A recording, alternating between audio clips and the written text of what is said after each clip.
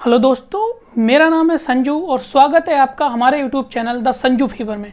दोस्तों, आज हम फिर एक आपके लिए बहुत ही इंस्पिरेशनल और मोटिवेशनल स्टोरी लेके आए हैं जो हमें सिखाएगी कि हम अपनी ज़िंदगी में कितनी भी बुरी परिस्थिति में क्यों ना हो और वहाँ से निकलकर हम बहुत ऊंचाई तक जा सकते हैं और अपने सारे वो सपने पूरे कर सकते हैं जो कि हमने बचपन में देखे हों या फिर हम किसी भी उम्र में देख रहे हों। वो हम सभी सपने पूरे कर सकते हैं, बस हमें एक जज्बा चाहिए होता है। दोस्तों, एक बात और बताना चाहूँगा कि आप कोई भी सफलता, कोई बड़ा अचीवमेंट आप तभी प्राप्त कर सकते हो जब आपके अंदर त्याग करने की क्षमता हो। जितना बड़ा त्याग होगा, सफलता भी उतनी ही बड़ी होगी। दोस्तों, आज मैं आपको एक ऐसी दलित महिला की कहानी बताने जा रहा हूँ जिसने बहुत ज़्यादा परेशानियां झेलने के बावजूद अपने आप को संजोए रखा, बनाए रखा और संघर्ष किया, और संघर्ष करने के बाद में उस मुकाम को हासिल किया जहां तक लोग नहीं पहुंच पाते या लोग पहुंचने के बारे में सोच भी नहीं पाते हैं।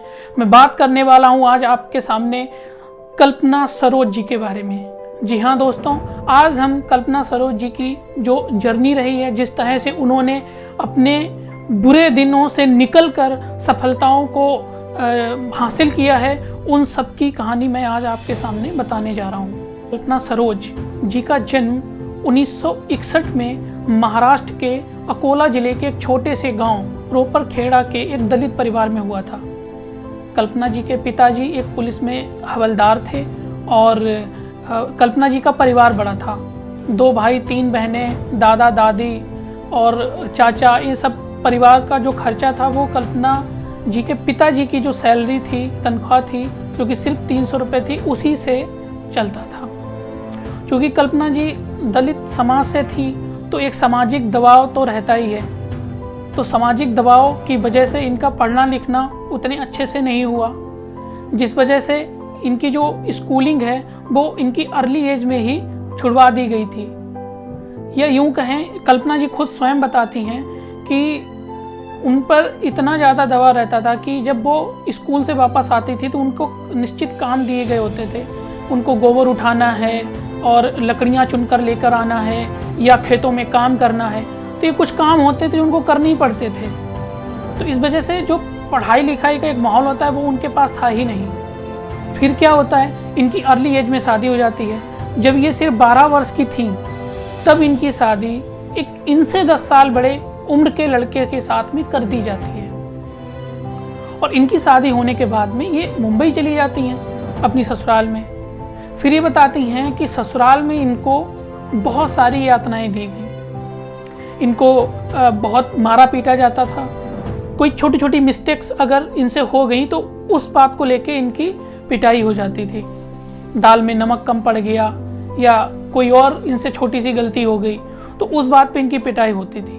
शादी के 6 महीने के बाद जब इनके पिताजी ससुराल में आए, देखा आगे कि बेटी की हालत क्या है, क्योंकि उस समय कोई टेलीफोन वगैरह का सिस्टम ऐसा था नहीं और आज के जैसा तो कुछ था नहीं कि स्मार्टफोन के जरिए सब कुछ हम जान सकें, पहचान सकें। तो जब वो वहाँ पे गए तब उनको सब स्थिति देखी तो उन्होंने कहा कि चलो बेटा, आप घर चलते हैं, तुम यहाँ पे तुम्हारा गुजारा हो नहीं पाएगा। वो कल्पना जी को लेके घर आ गए और वो शादी का जो संबंध था वो वहीं पे धीरे से विच्छेद हो गया, एक तरह से वो खत्म हो गया। कल्पना जी घर आ जाती हैं। सामाजिक दबाव बहुत होता है, गांव में 4 तरह की बातें हो रही हैं। धीरे धीरे समय कटता है लेकिन वो बातें बंद नहीं होती, बहुत प्रेशर में आ जाती हैं। जब प्रेशर में आ जाती हैं तो फिर ये क्या करती हैं, ये एक दिन अपने बुआ के घर घूमने जाती हैं और ये डिसाइड कर चुकी थी कि मुझे बस मौका मिले और मैं आत्महत्या कर लूँगी। ये अपनी बुआ जी के घर पहुँचती हैं। वहाँ जाके ये बाजार से 3 खटमल मारने वाली दवाई के पाउच लेके आती हैं और वहाँ चाय में डाल के ये पी जाती हैं। जब इनकी बुआ जी देखती हैं कि ये कल्पना को क्या हो गया, इसके हाथ पैर सब ऐसे ढीले पड़ रहे हैं और मुँह से झाग जैसा कुछ आ रहा है, पता चला कि जहर खाया है। आनंद फानंद में सब लोग भागते हैं, हॉस्पिटल पहुँचते हैं। हॉस्पिटल जाते हैं, डॉक्टर कहता है कि बड़ा गंभीर हालत है, बच पाएंगी ये कहना मुश्किल है। लेकिन भगवान को कुछ और ही मंजूर होता है और डॉक्टर अपना प्रयास करते हैं और धीरे से कल्पना जी की जान बच जाती है।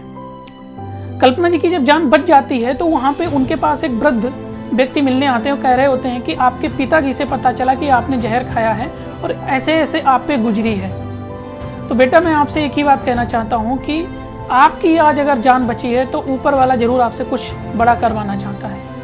आपको ये नई जिंदगी इसीलिए मिली है कि आप कुछ करने के लिए आप अब जिंदा हो, कुछ बड़ा करके दिखाओ। कल्पना जी को बात दिल पे लग गई। कल्पना जी ने सोचा कि कुछ है ऐसा ही। उन्होंने सोचा, समझा, दिमाग लगाया। फिर वो घर आ गई। जब हॉस्पिटल से डिस्चार्ज हुई, घर आ गई तो उन्होंने सोचा कि मैं कुछ करूंगी। शिक्षा तो उतनी हुई नहीं थी, थोड़ा बहुत पढ़ना लिखना जानती थी। तो उन्होंने क्या किया कि वो अपने चाचा के पास मुंबई में आ गई। चाचा जी मुंबई में पहले से नौकरी कर रहे थे और उसमें इनकी उम्र सिर्फ 16 वर्ष की थी। 12 वर्ष की उम्र इनकी शादी हुई थी और इस समय सिर्फ 16 वर्ष की उम्र थी जब ये मुंबई आ गई। मुंबई आने के बाद में क्या हुआ कि इनको कहीं नौकरी नहीं मिली क्योंकि इतनी शिक्षा थी नहीं। तो इनको थोड़ा बहुत सिलाई का काम आता था। इनके चाचा जी ने इनको एक कपड़ा मिल में लगवा दिया। वहाँ सिलाई मशीन जैसे ही चलाने गई तो इनसे सिलाई मशीन सही से ऑपरेट नहीं हो पाई, ये चला नहीं पाई। जब ये सिलाई मशीन नहीं चला पाई तो क्या होता है कि वो जो वहाँ पे सुपरवाइजर होता है बोल देता है कि आप एक काम करो, आप धागा कटिंग शुरू कर दो। तो इन्होंने वहाँ पे अपनी जीवन की पहली तनख्वाह 2 रुपए रोज पे धागा कटिंग शुरू की और 3 से 4 महीने बाद इन्होंने इतना इनको कॉन्फिडेंस आ गया और धीरे धीरे प्रयास करते करते ये मशीन भी चलाने लगी। और जब ये मशीन चलाने लगी तो इनको 225 रुपये महीने मिलने लगे। 225 रुपये महीने में ये वहाँ पे मशीन चलाने लगी। धीरे धीरे समय गुजरता गया, समय गुजरता गया। फिर इन्होंने क्या किया कि जब इनके पास थोड़ा बहुत पैसा इकट्ठा हो गया तो उन्होंने कुछ मशीनें खरीद कर एक घर पे सिलाई का काम शुरू करवा दिया और भी जो भी लोग सिलाई करते थे उनको अपने पास काम पे रख लिया। धीरे धीरे वो काम उनका चलता गया, लेकिन उतना इनकम नहीं हो रहा था कि कोई बहुत अच्छा कहा जा सके कि नहीं अब तो बहुत सारा पैसा आ रहा है। इनको क्या हुआ कि उन्होंने सोचा कि हम एक काम करते हैं, एक फर्नीचर का बिजनेस खोलेंगे। और उस फर्नीचर का बिजनेस खोलने के लिए इनको पैसों की जरूरत थी और पैसा इनको पता चला कि सरकार से लोन मिल सकता है। इन्होंने क्या किया कि लोन के लिए इन्होंने लोन अप्लाई करने के लिए प्रयास शुरू किए। पता चला कि एक व्यक्ति है वो लोन दिलवाने में मदद करता है। ये वहाँ पे जाने लगी। वो बंदा क्योंकि ये दलित समाज से थी तो इनकी मदद नहीं कर रहा था। तो फिर होता क्या है कि ये बार बार वहाँ पे जाते रहते, इनको लगभग 1 महीना वहाँ तक जाते हो जाता है। फिर वो मजबूरी में आके इनकी बात सुनता है, पूछता है कि कितना लोन चाहिए, कैसे क्या। ये 50,000 रुपये लोन मांगती हैं। तो वो बंदा कहता है कि 50,000 लोन तो मिल जाएगा लेकिन आपको 10,000 रुपये इधर उधर खिलाने पड़ेंगे, मतलब सीधा रिश्वत देनी पड़ेगी। ये मना कर देती हैं कि मैं 10,000 रुपये तो नहीं दे पाऊंगी।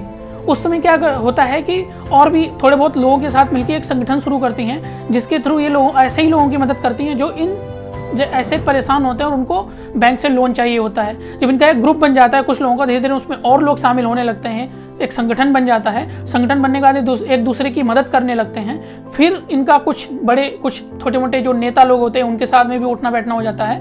फिर इनको भी लोन मिल जाता है। उस समय महाराष्ट्र सरकार की योजना चल रही होती है, महात्मा ज्योतिबा फूले योजना।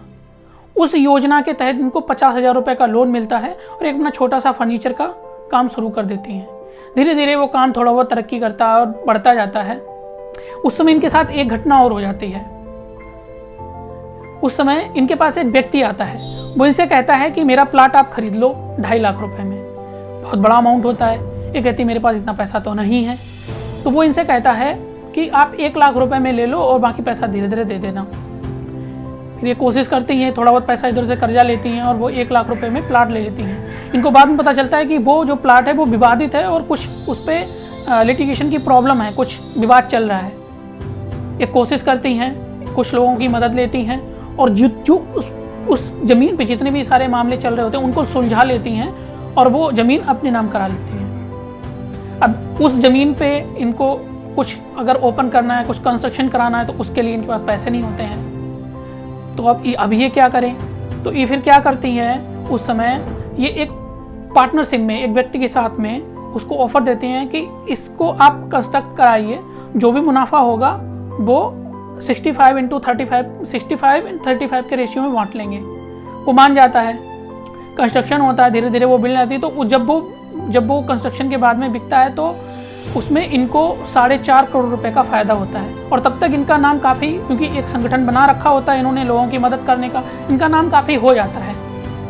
ये थोड़ा बहुत वहाँ पे उस लोकल में जहाँ पे ये रह रही होती है वहाँ पे और कई लोगों के वजह से ये थोड़ा बहुत फेमस हो जाती हैं। इसके बाद इनकी एक नई जर्नी शुरू होती है। एक कंपनी का नाम है कमानी ट्यूब्स, और जो कंपनी कमानी ट्यूब्स है इसकी स्थापना 1960 में एनआर कमानी जी ने की थी। इस कंपनी की स्थापना के करीब 25 साल बाद ये कंपनी अपने सबसे बुरे दौर से गुजरने लगती है और कंपनी 1985 में बंद हो जाती है। फिर सुप्रीम कोर्ट के इंटरवेंशन के बाद इसको दोबारा 1988 में शुरू किया जाता है और एक ऐतिहासिक फैसले के अनुसार कंपनी के जो वर्कर्स होते हैं उसको मालिकाना हक दे दिया जाता है। तो कंपनी के वर्कर्स इस कंपनी को चलाना शुरू करते हैं, लेकिन कंपनी करोड़ों रुपए के कर्जे में डूब जाती है, क्योंकि जो वर्कर्स होते हैं उनके पास कोई अनुभव नहीं होता है कि कैसे कंपनी चलाई जाए। तो अब वो कंपनी बिल्कुल मतलब कंपनी पे करीब 110 करोड़ रुपए से ज़्यादा का कर्जा हो गया होता है। अब कंपनी कर्जा कहाँ से भरे? तो वर्कर्स बहुत परेशान हो जाते हैं, क्योंकि 3500 वर्कर उसमें काम कर रहे होते हैं। उनको लगता है कंपनी अगर डूब गई तो उनकी रोजी रोटी छिन जाएगी, फिर इनका खर्चा कैसे चलेगा, कि क्या करें। उस समय इनका नाम कुछ लोगों ने इनको सजेस्ट किया, मजदूरों के एक ग्रुप को, संगठन को, कि आप उनसे मिलिए, वो शायद आपकी कुछ मदद कर सके, क्योंकि वो गरीबों की मदद करती हैं। तो ये इनका एक ग्रुप जो था, कुछ लोग मिलने जाते हैं। सन 2000 की बात बता रहा हूँ। सन 2000 में कल्पना जी के पास ये वर्कर्स जो कमानी ट्यूब्स कंपनी के वर्कर्स थे मिलने जाते हैं, और जब वहाँ पे पहुँचते हैं तो उनको पूरी घटनाक्रम बताते हैं कि कैसे कैसे क्या क्या समस्याएं आई। कल्पना जी सुनती हुई कहती हैं कि अब इतना कर्जा और इतने सारे इस पे लिटिगेशन के केस हैं, तो मैं हाथ नहीं डालूंगी। लेकिन बाद में वो इस बात पे मान जाती हैं, क्योंकि 3500 परिवारों का मामला है, तो फिर वो क्या करें। तो फिर वो आती हैं, वो कहती हैं कि चलो ठीक है, मैं ज्वाइन कर रही हूँ। इसके बाद वो बोर्ड ऑफ डायरेक्टर्स के उसमें शामिल होती हैं, कंपनी के बोर्ड में, और आते ही वो एक 10 लोगों की कोर टीम गठित करती हैं। फिर उनको जांच में पता चलता है, जब रिपोर्ट सामने आती है, कि इस कंपनी में जो कर्जा है उसमें आधे से ज्यादा तो इंटरेस्ट और पेनाल्टी का है। तब उनको सारी कहानी समझ आती है कि दिक्कत क्या आ रही है। फिर वो अपने कुछ सोर्स मिला के, कुछ करके सोर्स करके वो सरकार के वित्त मंत्री से मिलती हैं। वित्त मंत्री जी से जब मिलती हैं तब वो वित्त मंत्री जी को कन्विंस करती हैं इस बात के लिए कि जो पेनाल्टी है और जो इंटरेस्ट है वो किसी तरह आप माफ़ करवा दो, बाकी जो क्रेडिटर्स का पैसा है, जो भी बैंकों का पैसा है, वो मैं मूलधन लौटा दूंगी कंपनी से।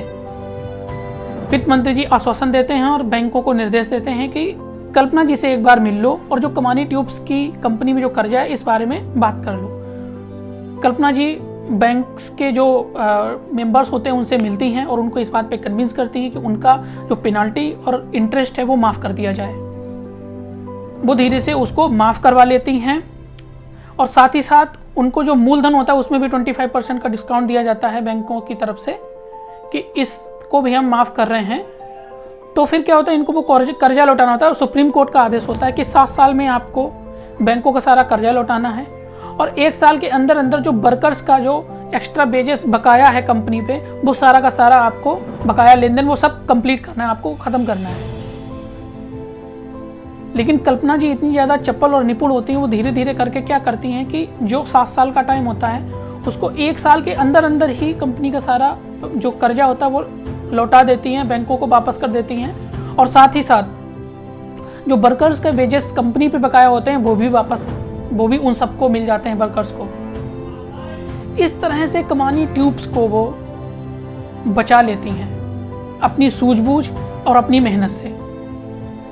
इसीलिए भारत सरकार ने कल्पना जी को सन 2013 में पद्म श्री से सम्मानित किया, और साथ ही साथ बिना किसी बैंकिंग बैकग्राउंड के होने के बावजूद महिला जो राष्ट्रीय महिला बैंक का बोर्ड है उसके बोर्ड में एज अ मेंबर इनको शामिल किया।